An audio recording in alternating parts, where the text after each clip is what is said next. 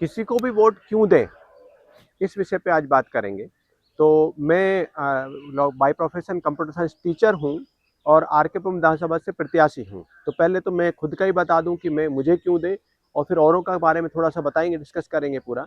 तो मेरे कहने का था कि हम जो है करीब हमारी टीम लगभग 15-16 साल से शिक्षा के क्षेत्र में, पर्यावरण के क्षेत्र में और चुनाव सुधार पे अलग-अलग टीम है जिनका मैं हिस्सा हूँ। लगभग 15-16 साल से हम लोग काम कर रहे हैं। क्या डिटेल में काम कर रहे हैं वो बताऊँगा। तो अभी सिर्फ इतना कहना है कि अगर आपको लगता है, यदि आपको लगता है कि हमारे जो प्रयास हैं वो समाज हित में है और आगे भी और बढ़ चढ़ के होने चाहिए, तो सिर्फ इतना करना है आपको। हमारा हौसला बढ़ाने के लिए, हमारी टीम का हौसला बढ़ाने के लिए आपको अपने परिवार का सिर्फ 1 वोट देने के लिए हम आपसे निवेदन कर रहे हैं। और हमारी टीम के वो प्रयास क्या हैं उसमें आप समझ लीजिए। पहला, शिक्षा का क्षेत्र। शिक्षा के क्षेत्र में हम 2-3 तरीके से काम कर रहे हैं। एक, क्योंकि आर.के.पुरम में करीब 24 स्लम हैं, तो छोटे-बड़े स्लम में हमारे बहुत सारे बच्चों की ज़रूरतें होती हैं। तो हमारी पूरी कोशिश रहती है कि कोई बच्चा किताबों से वंचित ना रहता है। कोई ये बच्चा ये ना कहे कि मुझे पढ़ने के लिए किताबें नहीं मिली। तो इसलिए हम किताबों का एक बुक बैंक चलाते हैं, या ये कहिए कि किताबों का भंडारा चलाते हैं। आपने खीर-पूरी के भंडारे बहुत सुने होंगे। किताबों का भंडारा हम लोग चलाते हैं। जो लोग जानते हैं उन्होंने आकर के देखा भी है, और बहुत सारे लोग आर.के.पुरम के उसमें शामिल भी हैं। तो दोनों तरीके से शामिल रहे हैं। कुछ लोग बच्चों को हमारे पास तक लाने के लिए भी, और जिन बच्चों के पास एक्स्ट्रा किताबें हैं उनसे निवेदन करके हमारे पास तक किताबें लाने के लिए भी। तो दोनों में लेने वालों को और देने वालों को दोनों हमसे कनेक्ट करते रहे। बहुत सारे आर.के.पुरम के लोगों का इसमें सहयोग रहा है। हमारे टीचर्स की टीम इसको करती है।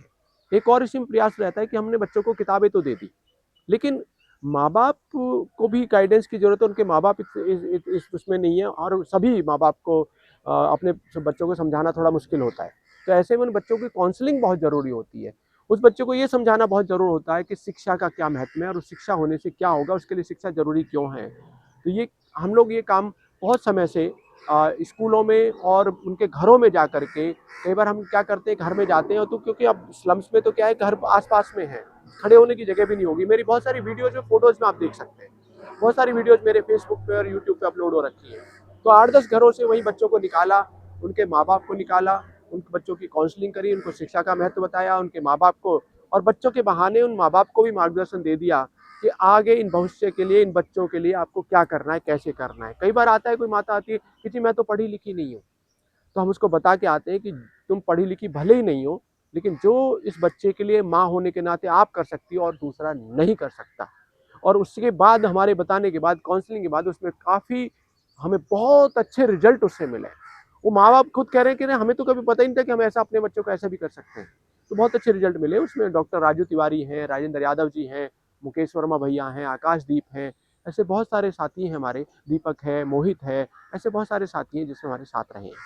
इसके अलावा एक टीम और है हमारी, जो ग्राम पाठशाला टीम है। ग्राम पाठशाला टीम जो है देशव्यापी मिशन है।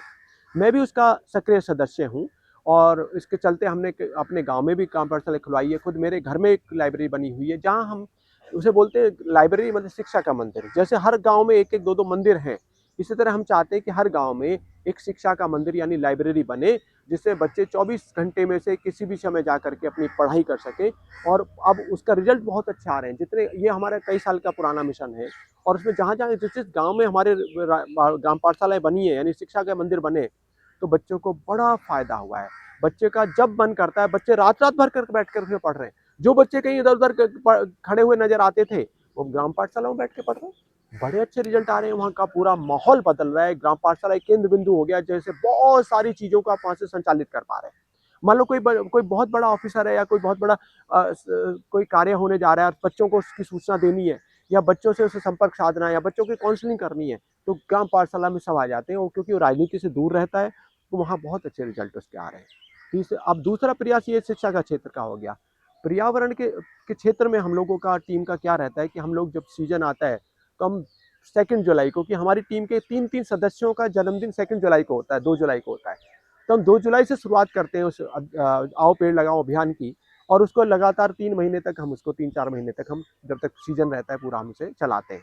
उसमें हम क्या करते हैं, पेड़ों के हमारा खास फोकस रहता है कि जो फल के पौधे हैं और छायादार वृक्ष हैं, वो सार्वजनिक स्थानों पे लगाया जाए। कि भाई आपको भंडारा करना है, एक दिन का खाना खिलाया आपने किसी बच्चे को, एक बंदे को एक भंडारा किया, आपने एक समय का खाना खिला दिया।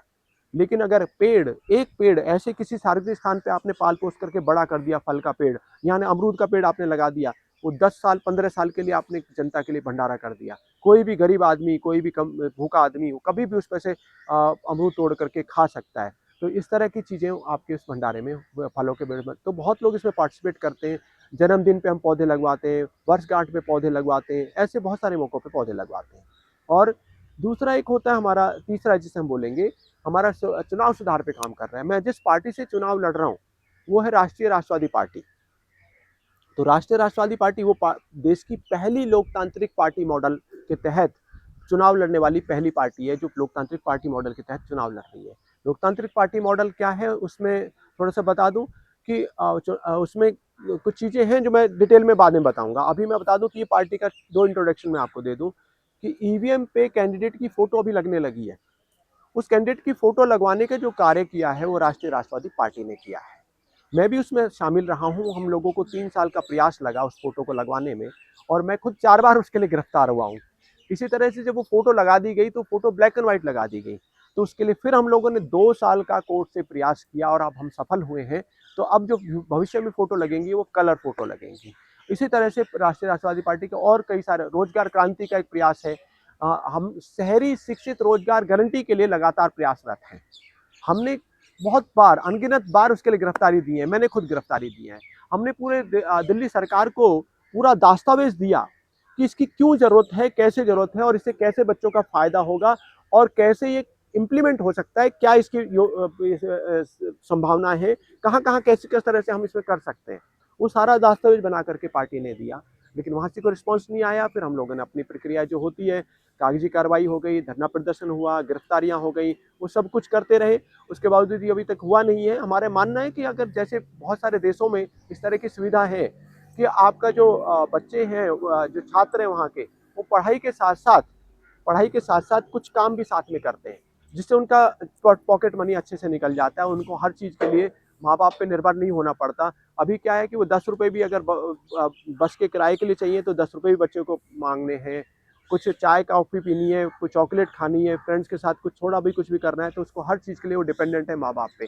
अब 18 साल का बच्चा जो हो जाता है, और उसके बाद वो माँ बाप पे डिपेंडेंट रहे, तो उसको खुद उसका आत्मसम्मान कहाँ बचेगा, कितना बचेगा, ये एक सवाल खड़ा करता है। तो 18 साल के बाद बच्चों को बहुत सारे ऐसी योजनाएं, हम अगर हम कहते हैं कि आप 365 में से 100 दिन का उनका रोजगार गारंटी दे दीजिए। आप भत्ता बांटने को तैयार हैं, फ्री में बांटने को तैयार हैं, जनता को भिखारी बनाने को तैयार हैं, भाई वो मत कीजिए।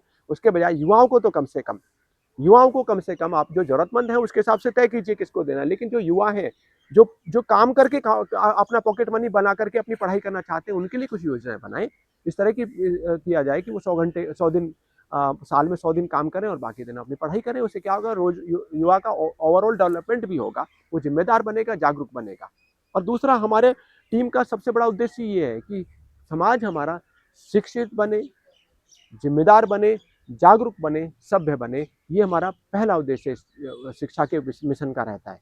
अच्छा, इसके अलावा रही बात हमारे, क्योंकि हम एक ही वोट क्यों मांग रहे हैं, कि जब इतनी बात है तो हम एक वोट क्यों मांग रहे हैं।